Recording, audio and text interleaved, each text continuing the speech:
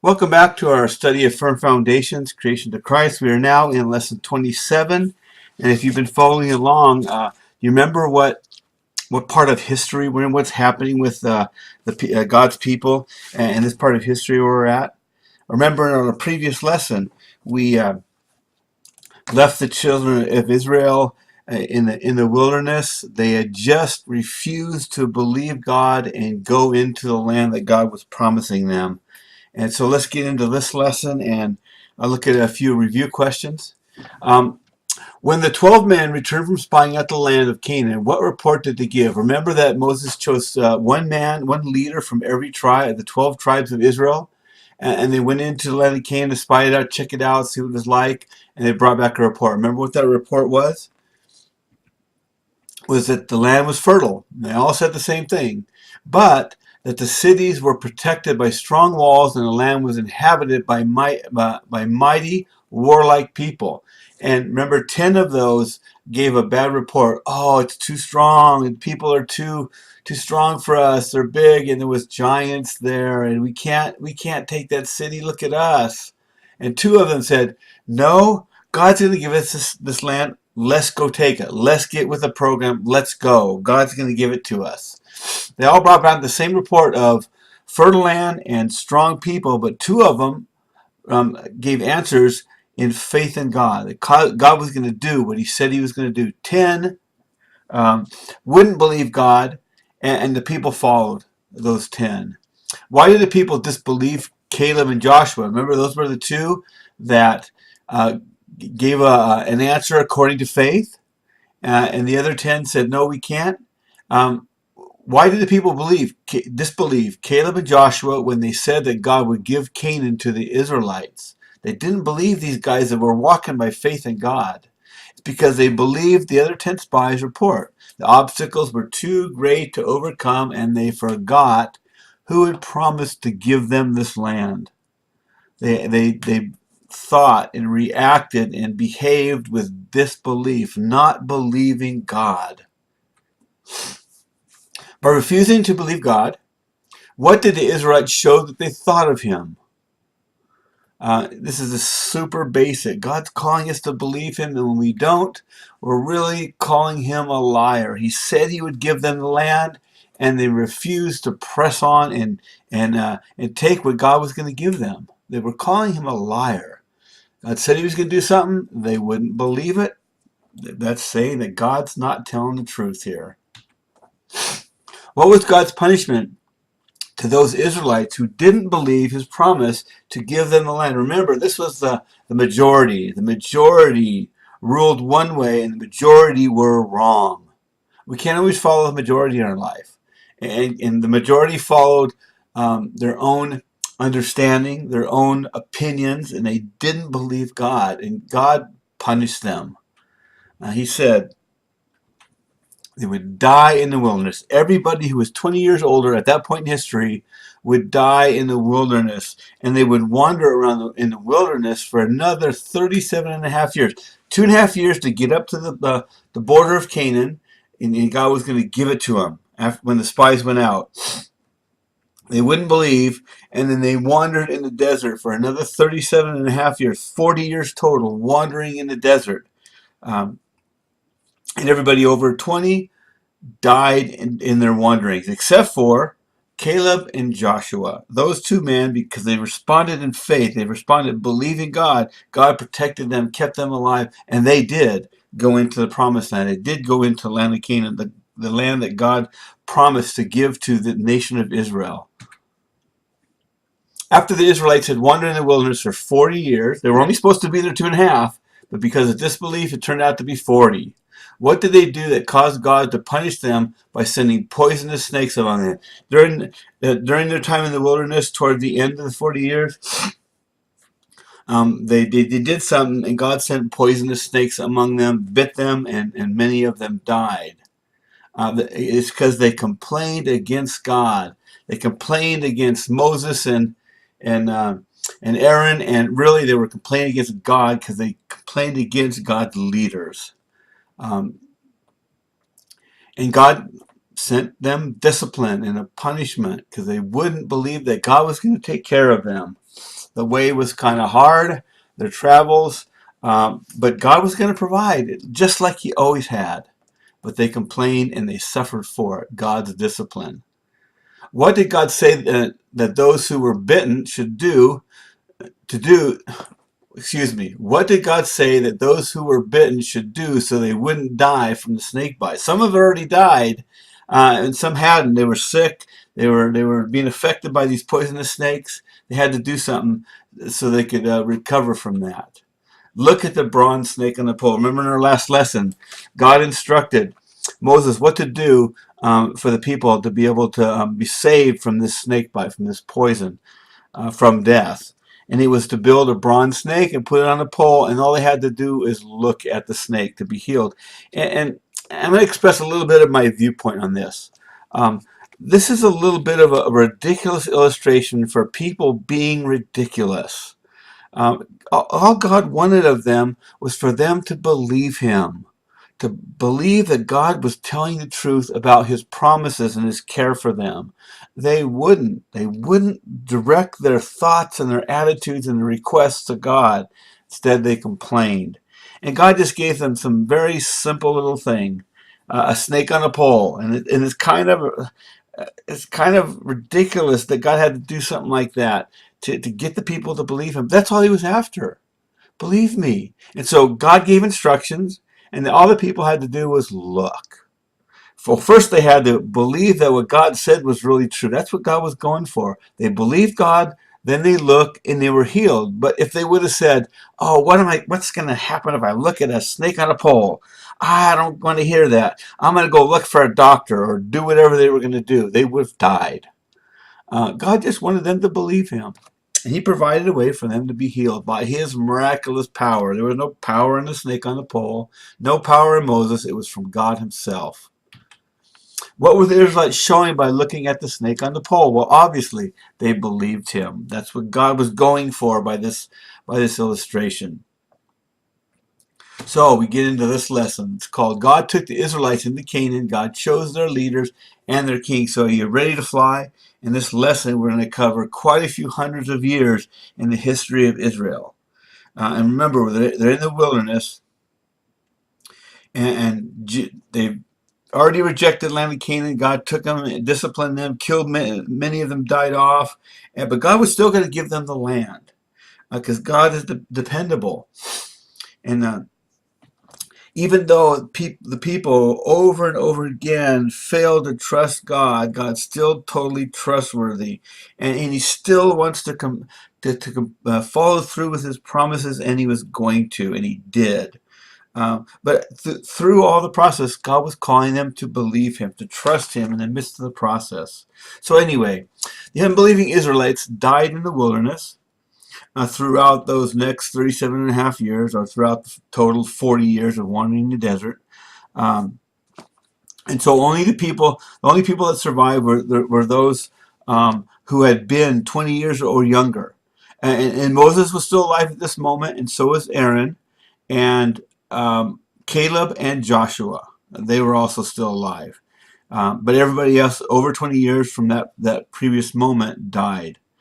They didn't believe God. And there came a point where God said, enough is enough. These people won't believe me. They won't enter the land that I promised to give them by my power and by my authority and by my right. They refused to believe Him, and God said, enough. And there always comes a time. God is patient, and He waits, and He gives people time to believe Him. But there always comes a point when God says, enough, I'm going to punish their sin. I will not endure this anymore. That's what He did with the Israelites then. So many times God promised them, they complained, they didn't believe, and there came a point when they didn't believe that God said enough, and He punished their sin, and many of them died in the wilderness. And so in the process of this, remember, God said that Moses wasn't going to be able to enter the land because he disobeyed God, from a position of leadership over the people. God told them to provide water through a rock in the wilderness, it was going to gush out water, and God told him how to do it, and Moses disobeyed God, and in his anger he struck the rock instead of speaking to the rock like God told him to do. So Moses was going to die, and Joshua was going to take his place. So in our timeline here, we're out of Israel, we're in the desert. We've seen Moses, we've seen Aaron, the Passover, and Joshua is a guy that God is going to use after Moses. In Numbers 27:18-23, it says, so the Lord said to Moses, take Joshua the son of Nun, a man in whom is the Spirit, and lay your hand on him. Make him stand before Eleazar the priest and all the congregation, and you shall commission him in their sight. You shall invest him with some of your authority, and that all the congregation of the people of Israel may obey. And he shall stand before Eleazar the priest, who shall inquire for him by the judgment of the Urim before the Lord. At his word they shall go out, and at his word they shall come in, both he and all the people of Israel with him, and the whole congregation. And Moses did as the Lord commanded him. He took Joshua and made him stand before Eleazar the priest, the whole congregation. And he laid his hand on him and commissioned him as the Lord directed him through Moses. So in the sight of all the people, they all recognized what was going on here. God chose Moses to pass his authority on to Joshua, and Joshua was now their leader. And the time had come that Moses was going to be done. He's going to be done on earth. In other words, Moses was going to die. In Deuteronomy 34:1-5. It says, then Moses went up from the plains of Moab to Mount Nebo, to the top of Pisgah, which is opposite Jericho, and the Lord showed him all the land, Gilead as far as Dan, all Naphtali, the land of Ephraim, Manasseh, and all the land of Judah, as far as the western sea. So from this place he could see the whole land of Israel. He could see all the way to the Mediterranean Sea. Now Moses at this point was still on the east side of the Jordan River. And he could see all the land, because God was not going to allow him, because of his disobedience, because of misrepresenting God, he was not going to allow him to go into the land. But he did give him this last blessing. He got to go up on this mountain just outside of the border of the land God was giving them, and he could see the land. He saw the Negev and the plain, and the valley of Jericho, the city of palm trees, as far as Zoar. And the Lord said to him, this is the land of which I swore to Abraham, Isaac, and to Jacob. I will give it to your offspring. I have let you see it with your eyes, but you shall not go over there. So Moses, the servant of the Lord, died there in the land of Moab, according to the word of the Lord. So Lord told him he wasn't going to go, and he didn't. And he died before the rest of Israel went into the land. But God gave him this one last blessing to be able to see the land. And here's something really important for us to realize as we look at this moment. God has the power to give and take life. God has the right to take life as he decides. God is our sovereign creator, our Lord, our boss, our master, our owner. He has the right and authority and the power to be able to do these things. He is the one who decides when somebody dies, how they die, where they are when they die. He has the right to do that. He's the owner of all of it. So Moses was done as God's leader among the people, and God chose Joshua.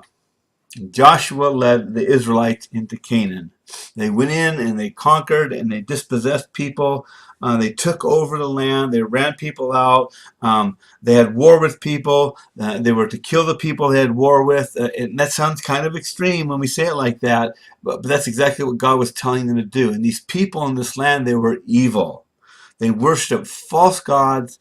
They did all kinds of gross things in their following of these gods, in their lifestyle, even up to sacrificing babies in their worship. Evil people turned away from the Lord. They had the opportunity over the previous many years, and they refused to believe God, follow their false gods, and God was dispossessing them. He was running them out of the land. He was killing them, ending their life because of the amount of evil in their land. In Deuteronomy 34:9, it says, and Joshua the son of Nun was full of the spirit of wisdom, for Moses had laid his hands on him. So the people of Israel obeyed him and did as the Lord had commanded Moses. And then in Joshua, the book of Joshua, chapter 1, 1 and 2, after the death of Moses, the servant of the Lord said to Joshua, the son of Nun, Moses' assistant, Moses, my servant, is dead. Now therefore arise, go over this Jordan, and you and all this people, into the land that I am giving to them, to the people of Israel. So this is the moment where God is taking away the land from one people and giving it to the nation of Israel.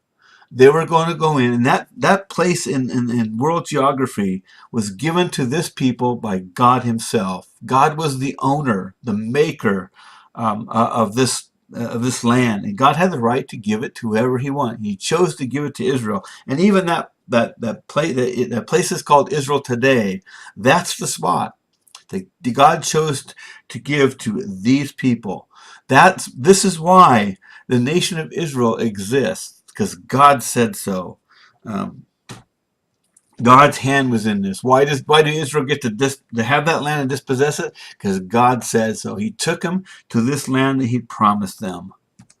And at that moment, Joshua was their leader, and he did what God said, took the people, conquered the land, and took possession of it. And then Joshua 11:23, it says, so Joshua took the whole land, according to all that the Lord had spoken to Moses. And Joshua gave it for an inheritance to Israel, according to their tribal allotments. And the land had rest from war. So they moved into the land, they took it over, and each tribe got their section of the land of Israel. They got their own territory, each tribe. And many people are named in this taking of the land and getting possession of the land.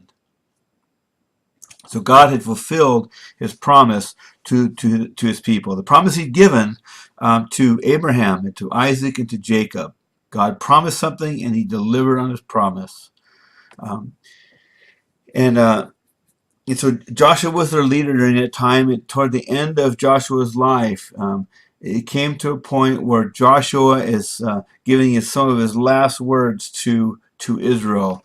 In Joshua 23, 14 to 16, it says, now I am about to go the way of all the earth. In other words, Joshua recognizes he's about to die. And you know in your hearts and souls, all of you, that not one word has failed of all the good things that the Lord your God promised concerning you. All have come to pass for you. Not one of them has failed. God's been faithful, he's saying. God did exactly what he said he would do.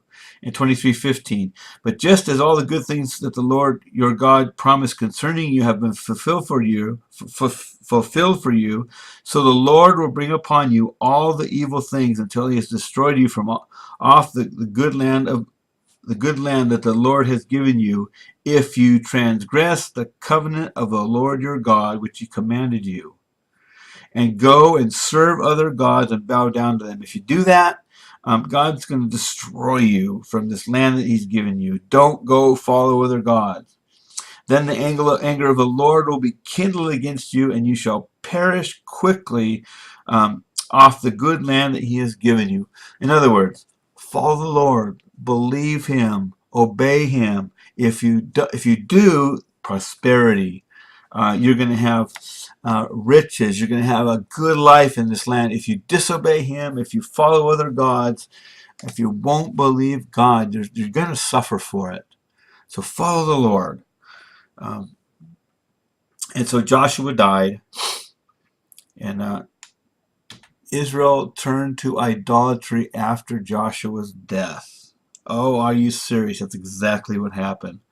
There was a couple of generations that passed, and then in Judges 2:7 to 13, 2:7 to 13 says, and the people served the Lord all the days of Joshua and all the days of the elders who outlived Joshua. So good so far. Who had seen all the great work of the Lord had done for Israel. And Joshua, son of Nun, the son of Nun, the servant of the Lord, died at the age of 110 years, and they buried him with boundaries of his inheritance, within the boundaries of his inheritance, in Timnath-Heres, in the hill country of Ephraim, north of the mountain of Gaash. And all the generation also that were gathered to their fathers, and there arose another generation after them who did not know the Lord or the work that he had done for Israel. They didn't experience all those great things that God had done for them, and getting out of Egypt and dispossessing the people and taking over the land. But they heard about it. They definitely knew about God. They had heard it, about him from the people that experienced those things that God took them through. They knew about God. And the people of Israel did what was evil in the sight of the Lord and served the Baals. They served false gods. They went after other religions. In 2:12 it says, and they abandoned the Lord, the God of their fathers, who had brought them out of the land of Egypt. They went after other gods from among the gods of the peoples who were around them, and bowed down to them, and they provoked the Lord to anger. They abandoned the Lord and served the Baals and the Ashtaroth. False gods, false religions.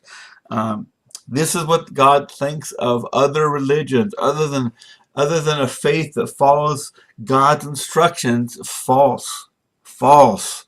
We don't get to form our own religions and then think God's going to be pleased with us. We want to serve God our own way. God rejects that. God only honors what is followed according to his instructions. We approach God God's way, not our own way. That's God's opinion of other religions in the world.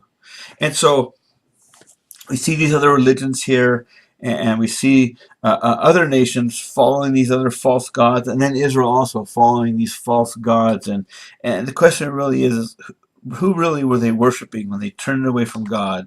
Well, and really, behind all this, driving all this, is Satan and his demons, God's enemy, the angels that were in the beginning created good but rebelled against God. And really, when we worship and follow and live our lives according to anything else but God's instructions, we're really following Satan. He's in perfect agreement with any other religion except that faith that responds according to what God has communicated. And he disguises himself, and he'll even use other religions. He's a deceiver. He's a master of disguise. And his purpose is to lead people away from God. And that's what we have all around us in our society today. Many religions teaching people to be good citizens and helping others. But if it doesn't, if that faith doesn't follow God according to God's instructions, it is a false religion. And Satan will even use the Bible, but he doesn't want people to follow the entire Bible, God's complete word. He wants to mix and deceive, distract people, and move people to not believe God, to not trust his word, and then not receive forgiveness of their own evil and their sin. And the Lord punishes his own people because of their disbelief, not living according to reality, which there is only one God. There's only one faith. There's only one way to come to God, and that's according to what God communicates.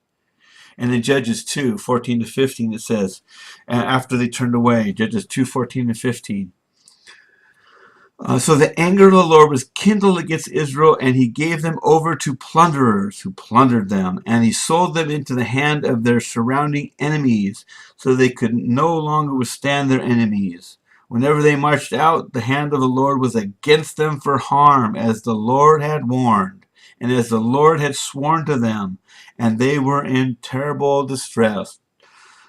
Receive God's blessing, then turn away from him, brings serious consequences. Their enemies would conquer them. They would not be able to go out to battle with the enemies of God and win. The enemies of God conquered them because they turned away from God. They had God's blessing and they turned away. God chose judges during this time to lead the nation of Israel. And these judges, they weren't like judges like we have in courts now. They were more like leaders, generals of armies, that kind of thing, to get the people out of their oppression. And so we have our timeline again. They're in the promised land. After Moses, after Joshua, they already have the tabernacle and the law. They'd already gone through the 40 years in the wilderness in the land of Israel. And for about 400 years, God used these people called judges to lead his people. He spoke to the people through these judges. In Judges 2:16-19, it says, "And the Lord raised up judges who saved them out of the hand of those who plundered them. Yet they did not listen to their judges, for they worshipped after other gods and bowed down to them. They soon turned aside from the way in which their fathers had walked, who had obeyed the commandments of the Lord, and they did not do so. Whenever the Lord raised up judges for them, the Lord was with the judge, and he saved them from the hand of their enemies all the days of the judge. The Lord was moved to pity by their groaning because of those who afflicted and oppressed them. But whenever the judge died, they turned back and were more corrupt than their fathers, going after other gods, other religions, sincerely following other religions. God punished them because those other religions were false religions, following gods who really were not gods. They served them and bowed down to them. They did not drop any of their practices or their stubborn ways." And the book of Judges is filled with that very thing, cycles of one thing after another, turning to God and turning away from him, repenting because God brought judgment, and turning back to God. And it illustrates that people's faithfulness, but it also illustrates that God is continually saying to them and to us, "Come back to me. Come back to me. I want to receive you. I want to forgive you. I want to prosper you. But you need to obey my word. I am God. I'm the one who takes care of you. I'm the one who leads you. I have your best interest in mind." And the people would continually turn away. But God would always save them. He'd always raise up a judge. And in 1 Samuel chapter 8, 1-7, we come to the last judge of that period named Samuel, a last judge over the people that God used as a conduit for leadership. 1 Samuel 8:1 says, "When Samuel became old," this is the last judge, "he made his sons judge over Israel. The name of his firstborn was Joel, and the name of his second was Abijah, and they were judges in Beersheba. Yet his sons did not walk in his ways, but turned aside after gain." So Samuel was an honest man before God, a man who truly served God and communicated his word to the people, but his sons did not. They took bribes and perverted justice.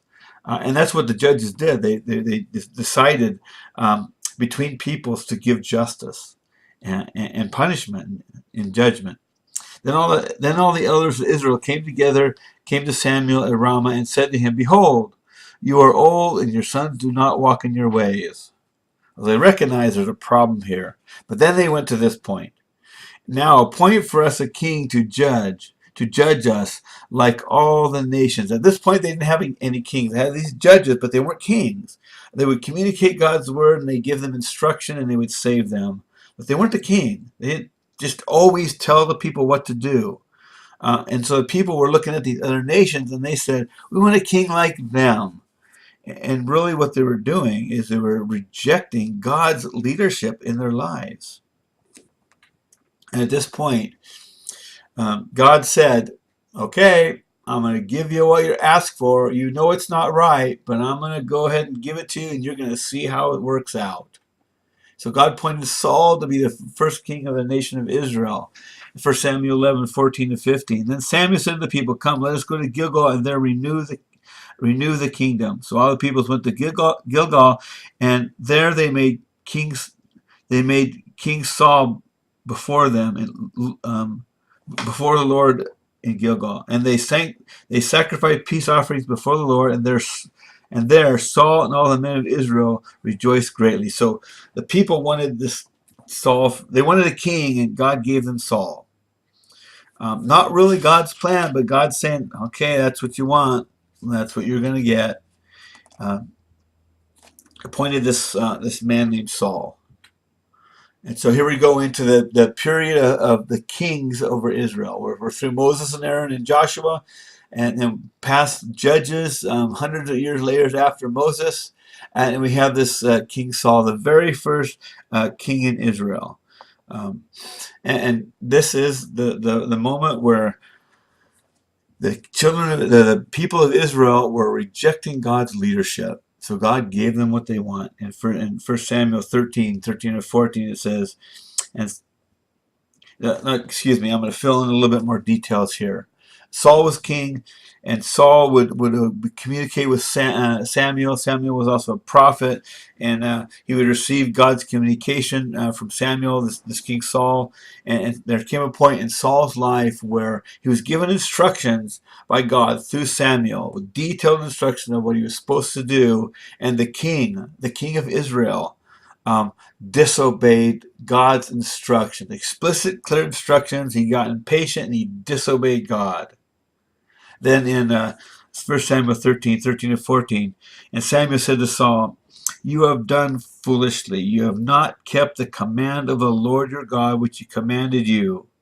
For then the Lord would have established your kingdom over Israel forever." Saul could have obeyed God.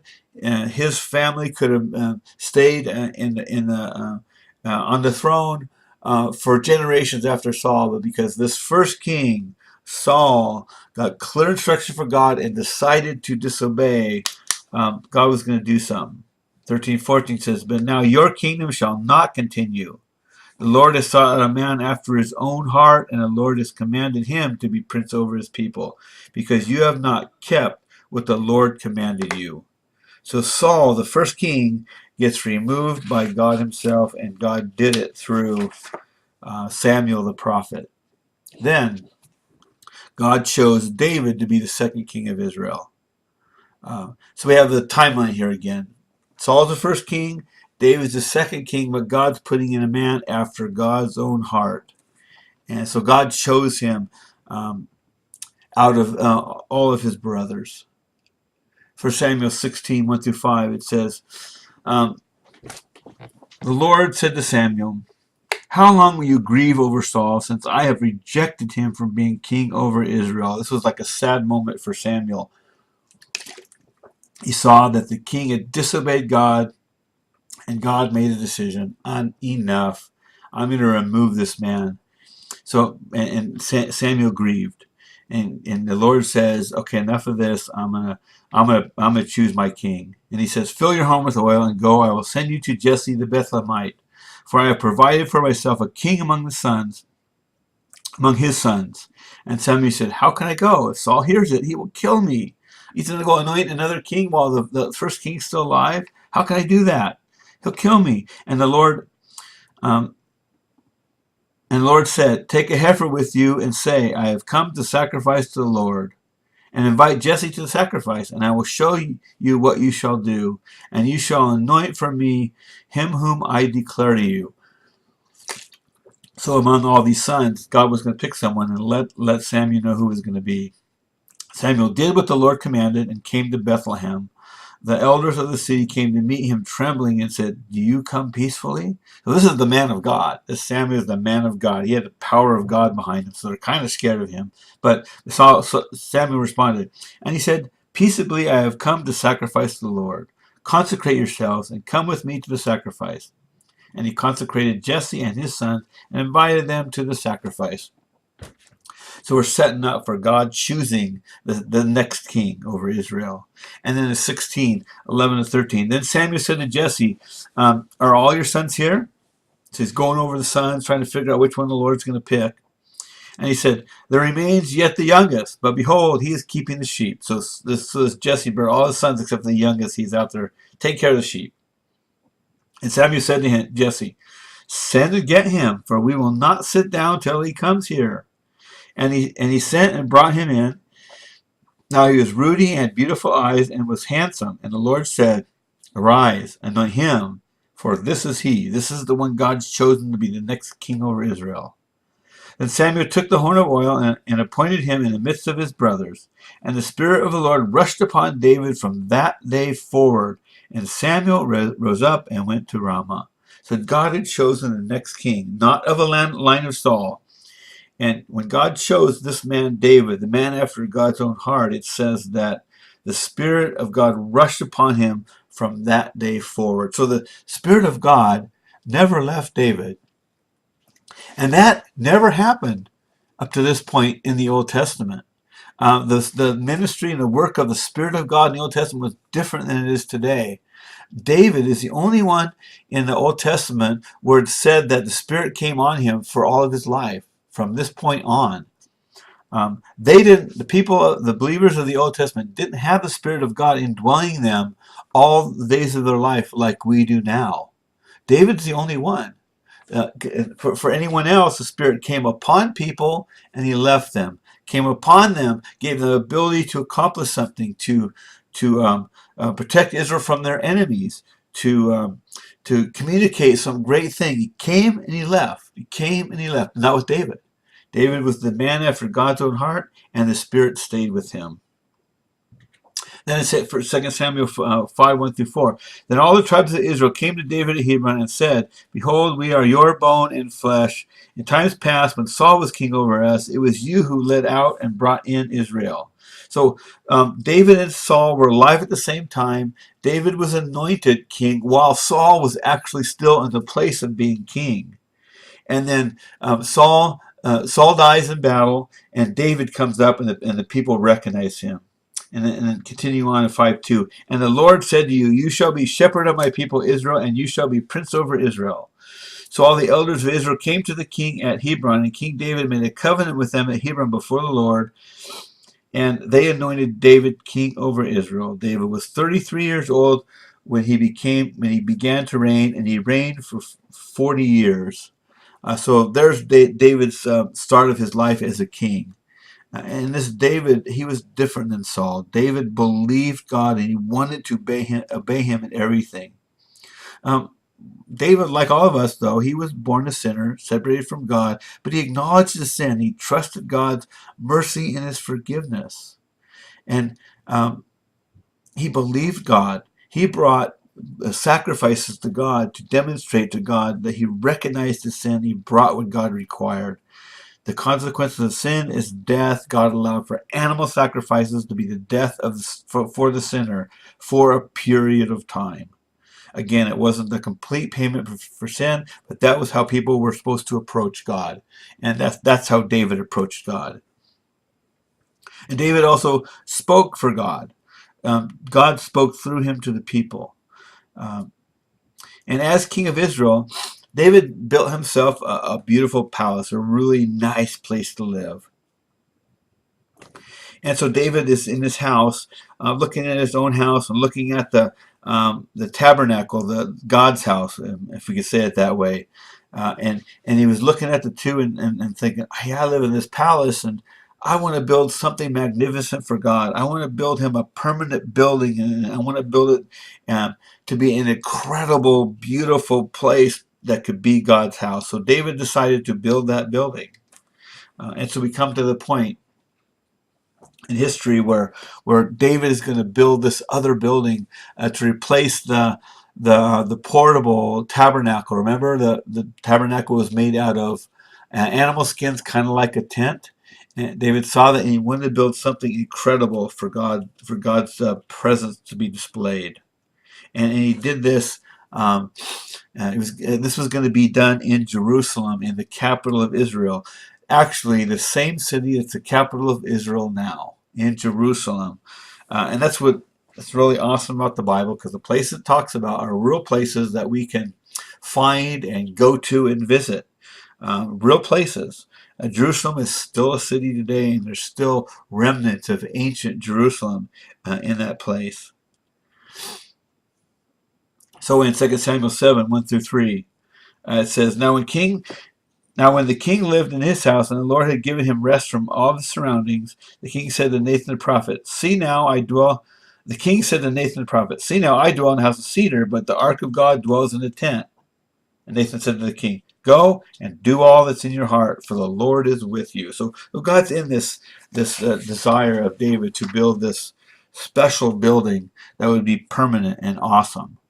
And 2 Samuel 17, 12 to 17 says, When your days are fulfilled, you will lie down with your fathers. I will raise up your offspring after you, who shall come from your body, and I will establish his kingdom. So this is going to be David's son.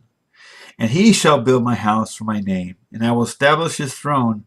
I will establish the throne of his kingdom forever. So we have some instruction and a promise that David's son, David wasn't going to be the actual one who built this. His son was. But God's also saying that he's going to establish the throne in your line, David, forever. The rule over Israel, over the people of Israel, God's chosen people, is not going to depart from David's family. Establish his throne as a kingdom forever. I will be to him a father, and he shall be to me a son. When he commits iniquity, I will discipline him with the rod of men, with the stripes of the sons of men. So when this son sins, God's going to discipline him. And 7:15 says, but my steadfast love will not depart from him, as I took it from Saul. It's not going to depart from this one of this son of yours, David, whom but he did take away from Saul, whom I put away from before you. Saul is gone, but he's established David's sons, to be on the throne forever. And your house and your kingdom shall be made sure forever before me. Your throne shall be established forever. In accordance with all these words, in accordance with all the vision, Nathan spoke to David. So promises, God telling David what's going to happen. David's line was going to remain as the rulers over Israel, the kings, and that's exactly the way it went. So we continue on about this new building that David wants to build. In 1 Chronicles 22:5-6, it says, For David said, Solomon, my son, is young and inexperienced, and the house that is to be built for the Lord must be exceedingly magnificent, of fame and glory throughout all lands. I will therefore make preparation for it. So David provided materials in great quantity before his death. Then he called for Solomon his son and charged him to build a house for the Lord, the God of Israel. So David's got the desire to do this. And the Lord says, no, your son's going to do it. But David got all the materials ready for the building of this new building and called the temple. So Solomon became king, and he built this temple just as God instructed. God told him it was going to happen this way. So we have Saul the first king, David the second king, and David's son Solomon the third king over Israel. And God was with him. And so he became king. He built the temple in 1 Chronicles 29:26-28. Thus David, the son of Jesse, reigned over all Israel. The time that he reigned over Israel was 40 years. He reigned 7 years in Hebron and 33 years in Jerusalem. Jerusalem was, at this moment in history, the capital of Israel. Then he died at a good old age, full of days, riches, and honor, and Solomon his son reigned in his place. And so here's an illustration of what was built according to the instructions. Remember the tabernacle? We talked about the tabernacle already. Not temporary. It was a portable building. They could put it up and take it down as they traveled through the wilderness, and then they brought it into the land of Canaan. The place that God gave Israel to come to him. His presence was demonstrated in the temple, in the most holy place above the mercy seat. Remember those illustrations? People could come to the tabernacle to receive God's forgiveness, bring their sacrifice, recognize their sin, and receive God's forgiveness. And they had to do this over and over again. But that tabernacle was portable, David called it a tent, made of animal skins. And then this permanent building was built. Basically the same thing as the tabernacle, except it was permanent. It had the holy place, and it had the most holy place, and it had the curtain between the two. And not just anybody could go into the holy place, only priests. Not just any priest could go into the most holy place. Only one priest, the high priest, once a year with the sacrifice according to God's instructions, and offer the blood of the sacrifice on the mercy seat in the presence of God, and God would forgive the nation of Israel. That was called the Day of Atonement. And it was a place for the people to be able to come and receive God's forgiveness. That was the reason for the provision of the tabernacle and the temple. 1 Chronicles 2:1 says, Now Solomon purposed to build a temple for the name of the Lord and a royal palace for himself. And 5:1, Thus all the work Solomon did for the house of the Lord was finished. And Solomon brought in the things that David his father had dedicated and stored the silver and gold and all the vessels and the treasures of the house of God. So this is a magnificent place. And David gathered materials, and Solomon built it. Then in 7, 1 through 4 of 2 Chronicles. As soon as Solomon finished his prayer, fire came down from heaven and consumed the burnt offering and the sacrifices, and the glory of the Lord filled the temple. This was the moment where God left the tabernacle, and his presence was now going to be displayed in the temple, in the most holy place. And it goes on, the priest could not enter the house of the Lord because the glory of the Lord filled the Lord's house. It was because of God's presence behind the veil, behind that curtain, in the most holy places, that they couldn't just go in there whenever they wanted to. When all the people of Israel saw the fire come down, the glory of the Lord on the temple, they bowed down with their faces to the ground on the pavement and worshipped and gave thanks to the Lord, saying, "For he is good, for his steadfast love endures forever." He stayed with Israel, displayed his presence among them. Then the king and all the peoples offered sacrifice before the Lord. They recognized their sin. They recognized the holiness of God. They offered sacrifice according to God's instructions for them to approach him. And again, sacrifice. What does it remind us of? That people have broken God's law.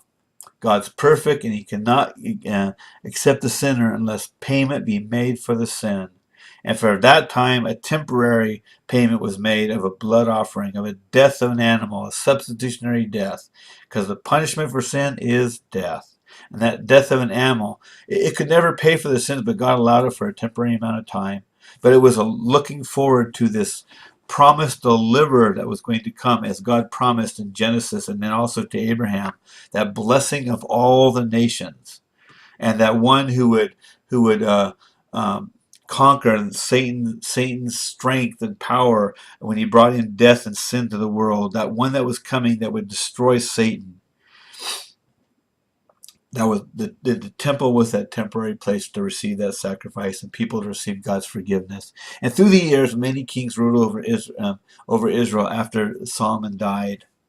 And right after Solomon, one of his sons became king over Judah. And then there was a dispute and an argument, and there was a division in the nation. And the nation was divided into a northern kingdom and a southern kingdom. There was 2 tribes that stayed in the south. They were called Judah. And there were 10 tribes separated from them in the north. They were called Israel. So we have this division in the nation of Israel.